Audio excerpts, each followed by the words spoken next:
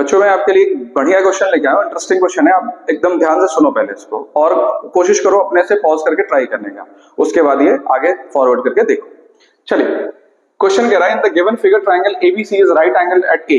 एक फिगर है जिसमें एबीसी ट्रायंगल बना हुआ है और ए पे राइट एंगल है, with AB equal to 6 cm and AC equal to 8 cm.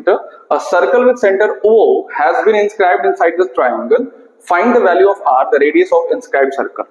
एक ट्रायंगल है, उसके अंदर एक सर्कल बना हुआ है, उस सर्कल का आपको रेडियस निकालना है। इस बात ये क्वेश्चन पूरा पूरा ये कह रहा है। और ट्रायंगल का जो दो साइड है, ये एक 6 सेंटीमीटर है, ये एक 8 सेंटीमीटर है। कैसे निकालेंगे, क्या अप्रोच होगा, ये सुनो ध्यान से।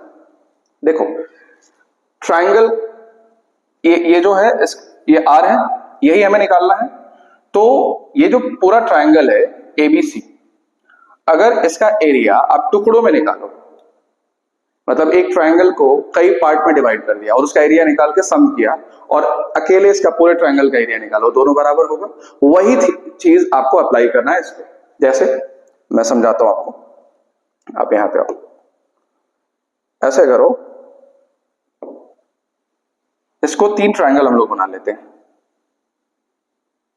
ध्यान से देखना बच्चों, एक ट्रायंगल ये हो गया, ठीक है, एक ट्रायंगल यहां से देखो ये हो गया और एक ट्रायंगल ये हो गया। मैं नाम भी बना दे रहा हूं ताकि आपको इजीली समझ में आए। ये बात ये है कि अगर ये आप O मान ले रहे हो तो एक ट्रायंगल हो गया AOB, एक ट्रायंगल हो गया AOC और एक ट्रायंगल हो गया BOC।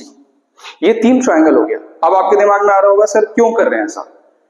कर मैं इसलिए रहा हूं कि मुझे रेडियस को कैसे भी इस कहानी में इंक्लूड करना है, क्योंकि निकालना है आपको। तो जब किसी चीज को निकालना होता है, जब किसी चीज की वैल्यू निकालनी होती है, उसको कहीं ना कहीं से आपको रिलेशन में ले आना पड़ेगा।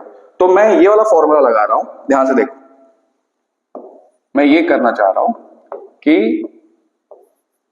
Area of triangle ABC is equals to area of triangle AOB, area of triangle AOB plus area of triangle AOC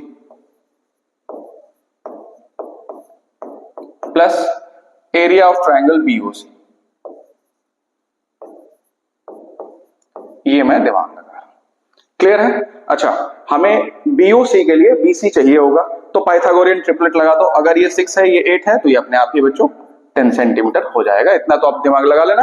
अगर ऐसा नहीं समझ में आ रहा, आपको पाइथागोरियन ट्रिपलेट याद नहीं है, तो पाइथागोरस थ्योरम लगा लो कि हाइपोटेन्यूज का स्क्वायर इक्वल्स टू बेस का स्क्वायर प्लस परपेंडिकुलर का स्क्वायर, वहां से निकल आएगा, ठीक है? तो वो 10 सेंटीमीटर हो गया। अब यहाँ फॉर्मूला रखो, ट्रायंगल ABC जो है राइट एंगल ट्रायंगल है, तो इसका एरिया हो गया हाफ इंटू बेस।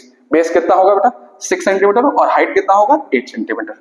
तो half into base into height is equals to area of triangle AOB। AOB बच्चों ध्यान से देखो, AOB, इसमें ये वाला डिस्टेंस यहां से यहां तक ये R है और ये बेस है, तो ये बेस हो गया और ये हाइट हो गया।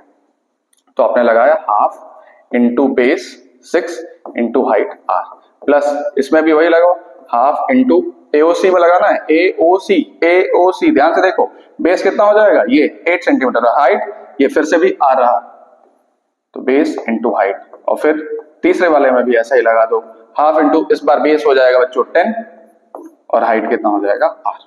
अब देखो मैं कैलकुलेशन इतना इजी बना दे रहा हूं, अगर ऐसे करोगे तो कैलकुलेशन बहुत ही आसान हो जाएगा।